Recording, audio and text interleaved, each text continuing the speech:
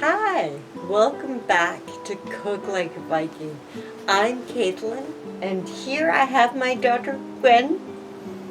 Hello. Awesome. And we found a Skald walking around. Introduce yourself, Skald. My name is Birgir Grimnison. Birgir Grimnison. That is correct. Awesome. You know, Gwen, we've been secluded for so long. I've heard no stories, and I love stories from Skalds. What do you think? I'd love to hear some tales if you have any for us. What type of tale would you like to hear? A tale of warriors or a tale of gods? Gods Gods. and warriors. Exactly. Blood. I'm sure you know that the kingdom of Asgard is surrounded by gleaming golden walls. Yes. Well, this story is from before the time that the walls were built. The Asir and the Vanir had been fighting, and their war came to an end, and they realized that to live together they had to build a glorious gleaming city. And they were proud of their creation and were living happily when a giant came along and noticed that there were no walls protecting the city. He told them, "I'm a builder of walls. I can build you a wall such that no one shall ever be able to attack the kingdom of Asgard." And the gods felt that this was a great idea. They held council, and they decided to let the giant build the wall. And they asked, "How long will it take you to build this wall?" He said, "I can do it within a year." And Odin said, "If you can build this wall in the space of a year, we will reward you with anything you want."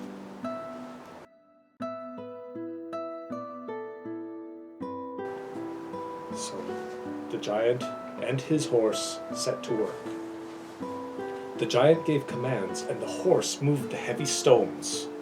Each day, more stones. The wall was getting higher. And as it grew, it seemed that the gods would have to think about the price. So they asked him, "Name the price that you wish so we can prepare it." And he said,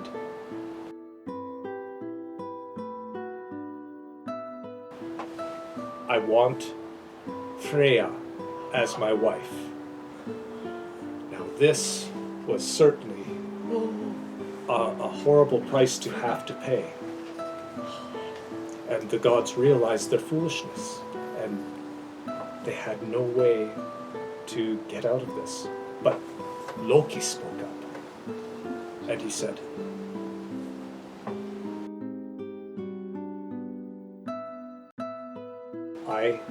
I can solve this problem." You usually can.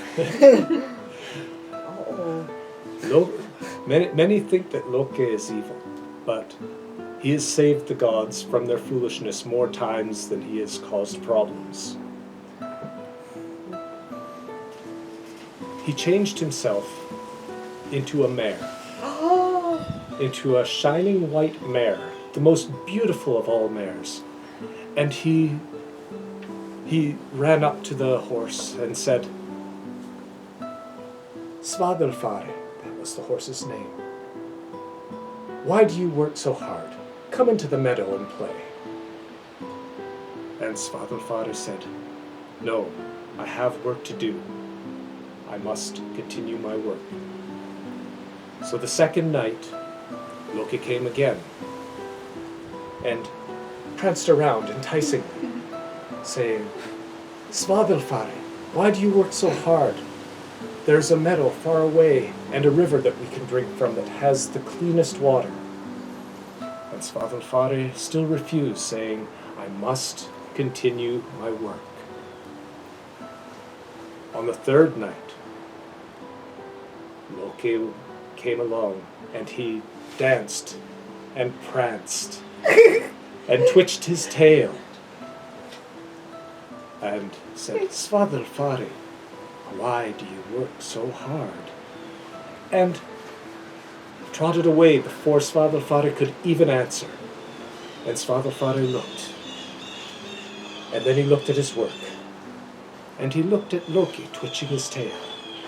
Of course, at this point, it was her tail, as Loki could turn into anything. And he decided to follow Loki. And because of that, on the last day of the year of the contract, the wall was not completed. The last stone had not been laid. And the gods had been saved from their foolishness. It should be added that several months later, a new horse with 8 legs was born. But that is a tale for another story, for another time. Oh, wow. Cheers. trouble. Cheers, my wonderful Skald, for a beautiful story. That, I wonder what's going to happen with that one. What kind of Wow. mischief Loki does cause? Yes. You know, I never knew that guy was, I knew he was a mischief maker, but who knew that he could help?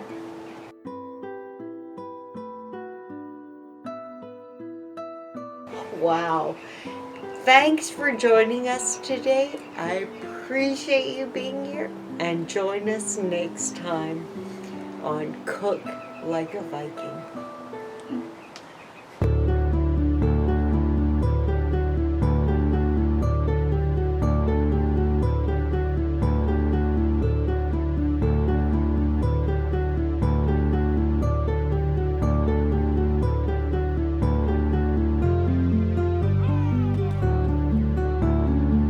If you would like more information on the recipes and tools we use, check out our website at cooklikeaviking.com. Thanks for joining us today, and see you next time on Cook Like a Viking.